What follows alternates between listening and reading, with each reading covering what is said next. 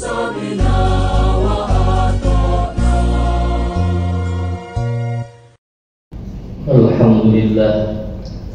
Alhamdulillahillazi arsala rasulahu bil huda wa dinil haq liyuzhiru 'ala ad-din kullihi walau karihal musyrikun. Asyhadu an la ilaha illallah wa asyhadu anna Muhammadan abduhu wa rasuluh. Allahumma shalli 'ala Muhammad wa 'ala alihi wa ashabihi ajma'in. Amma ba'du. Wa ya ibadallah, usini wa nafsi wa iyyakum bi taqwallah. Faqad fazal muttaqun. Wa qala ta'ala ya ayyuhallazina amanu taqullaha haqqa tuqatih wa la tamutunna illa wa antum muslimun. Ma'asyiral muslimin, sidang Jumat rahimakumullah. Mengawali khutbah pada siang hari ini yang penuh keberkahan dari Allah Subhanahu wa taala, saya khotib berwasiat kepada kita semua dan kepada diri saya sendiri untuk meningkatkan ketakwaan kepada Allah Subhanahu wa taala dengan senantiasa berupaya melakukan semua kewajiban dan meninggalkan segala larangan dari Allah Subhanahu wa taala. Hadirin kaum muslimin jamaah Jumat rahimakumullah. Tidak terasa kita telah menginjak pertengahan bulan Desember 2024. Artinya tinggal menghitung hari sebelum kita memasuki tahun 2025, kemudian berakhirnya tahun 2024. Bagi umat Islam, salah satu tindakan terbaik menyambut tahun baru adalah mengevaluasi diri dalam memanfaatkan waktu, hari-hari, minggu-minggu, bulan-bulan yang sudah kita lalui. Dalam kehidupan di dunia ini kita berhadapan dengan dua jenis waktu, yaitu waktu objektif dan waktu subjektif. Waktu objektif diukur secara kuantitatif menggunakan alat seperti jam dan kalender. Kita mengenali jam berapa dan pukul berapa melalui jam yang ada di tangan kita, yang ada di smartphone kita, atau kita mengetahui bulan dan hari dengan melihat pada kalender, baik yang ada di dinding rumah kita, dinding masjid, maupun yang ada di dalam HP kita. Waktu objektif tetap sama untuk semua orang, tidak tanggalnya sudah ditentukan, tidak dipengaruhi oleh perasaan atau pengalaman individu. Dia tidak akan berubah bahwa hari ini tanggal 13 Desember kita tidak bisa mengubahnya. Itu adalah waktu objektif. Karena durasi 1 jam, tanggal tertentu atau waktu yang ditunjukkan oleh jam, jumlah hari dalam setahun Masehi maupun Hijriah, walaupun ada perbedaan antara berbagai kalangan, itu sudah ditentukan. Sedangkan waktu subjektif, waktu yang ada di dalam diri kita, waktu yang kita alami, waktu yang kita lalui secara pribadi, berbeda antar individu, antar kita masing-masing, karena dipengaruhi oleh keadaan emosi kita, aktivitas kita, persepsi kita. Misalnya waktu terasa berjalan lambat saat menunggu sesuatu yang penting, ketika dalam antrian, menguji kita untuk sabar atau tidak. Atau terasa cepat saat menikmati momen-momen yang menyenangkan, scrolling TikTok, scrolling Instagram dan sebagainya. Tidak terasa sudah 2 jam kita di depan smartphone. Kedua konsep ini penting dalam memahami bagaimana kita mengatur dan merasakan waktu dalam kehidupan sehari-hari. Waktu objektif tidak bisa kita ubah lagi. Bahwa akan ada hari kiamat kita tidak bisa mengubahnya. Bahwa kita akan meninggal kapan tidak akan bisa mengubahnya. kita lahir di mana dan kapan juga tidak bisa mengubahnya. Itu sudah ketentuan dari Allah Subhanahu wa Ta'ala.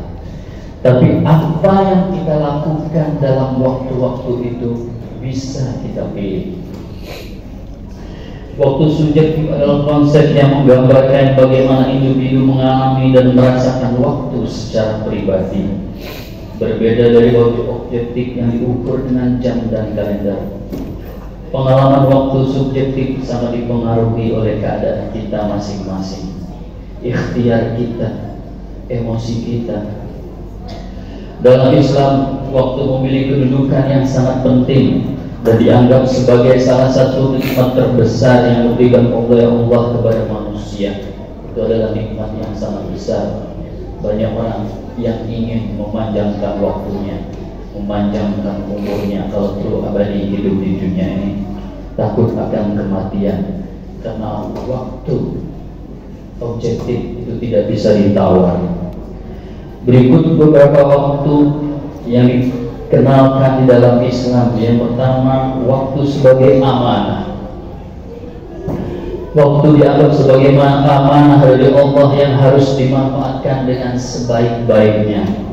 Kita diletakkan Allah Subhanahu wa Ta'ala, dilahirkan dalam waktu tertentu, menjalaninya maka disebut ajal, diberi interval kapan akan berakhir waktu itu ketika kita di dunia. Setiap detik yang berlalu adalah kesempatan untuk berbuat baik dan meningkatkan ketakwaan kita. Al-Quran seringkali menyebutkan pentingnya waktu. Misalnya dalam surat Al-Asr, Allah bersumpah demi waktu. Wal asri, mengingatkan bahwa manusia berada dalam kerugian kecuali mereka yang beriman, beramal soleh, saling menasihati dalam kebenaran dan saling menasihati dalam kesabaran. Kemudian disambung dengan innal insana lafi khusrin, sesungguhnya manusia itu benar-benar dalam kerugian, illal ladzina amanu wa amilus sholihat, kecuali yang beriman dan beramal soleh. Oleh karena itu momen pergantian waktu, maksudnya momen pergantian waktu objektif dari tahun ke tahun selanjutnya, harus dijadikan sebagai panggilan untuk merefleksikan diri kehidupan dan mengarahkannya ke arah yang lebih baik dengan harapan mendapatkan keridhaan Allah Subhanahu wa Ta'ala dan kebahagiaan tidak hanya di dunia ini tapi juga di akhirat. Islam mengajarkan kita untuk tidak menunda pekerjaan dan memanfaatkan waktu luang untuk hal-hal yang bermanfaat. Rasulullah bersabda, "Ightanim khamsan qabla khamsin." Manfaatkanlah 5 perkara sebelum 5 perkara. Syababaka qabla haramika, masa mudamu sebelum datang masa tua. Wasihhataka qabla saqamika, masa sehatmu sebelum datang masa sakitmu. Wa ghinaka qabla faqrika, masa kayamu sebelum datang masa fakirmu. Wa faraghaka qabla syaghlika, masa luangmu sebelum datang masa sibukmu. Wa hayataka qabla mautika, dan masa hidup kita sebelum datangnya mati kita. Walaupun di dalam Islam setelah kita meninggalkan dunia, kemudian jasad kita hancur, setelah itu masih ada kehidupan yang lain. Waktu juga dianggap sebagai ujian dari Allah Subhanahu wa Ta'ala, bagaimana seseorang memanfaatkan waktu dan menentukan keberhasilan di dunianya juga di akhiratnya kelak. Islam mengingatkan bahwa kehidupan di dunia ini sementara dan setiap manusia akan dimintai pertanggungjawaban atas bagaimana mereka menghabiskan waktu mereka. Allah Ta'ala fil Qur'anil Karim, A'udzubillahi minasyaitonir rajim, Bismillahirrahmanirrahim. I'lamu annamal hayatud dunya la'ibun Ketahuilah bahwa kehidupan dunia ini hanyalah permainan, walahun, kelengahan, wazinatun, perhiasan, watafakhurun, saling bermegah-megahan. Dalam bahasa sekarang saling flexing-flexingnya. Bainahum watakatsurun, dan saling bermegah-megahan fil amwali wal aulad, di antara kamu berlomba dalam banyak harta dan banyak keturunan.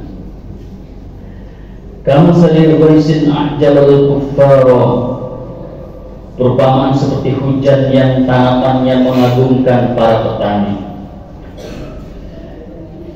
Nabatuhu summa yahiju fatarahu musfaran summa yakunu hutaman, lalu mengering dan kamu lihat menguning kemudian hancur. Wa fil akhirati azabun syadid, di akhirat ada azab yang keras serta ampunan dari Allah dan keridhaannya. Wa maghfiratun minallahi wa ridwan wa mal hayatud dunya illa mata'ul ghurur. Dan ketahuilah kehidupan dunia bagi orang-orang yang lengah hanyalah kesenangan yang memperdaya. Dengan memahami kepentingan waktu di dalam Islam, kita diharapkan dapat lebih bijak dalam mengelola waktu dan memanfaatkannya untuk kebaikan, keselamatan, dan kebahagiaan kita di dunia dan di akhirat. Ma'asyiral muslimin rahimakumullah. Demikian khutbah singkat yang dapat saya sampaikan, semoga bisa menjadi manfaat di dunia wal akhirah. Amin ya rabbal alamin.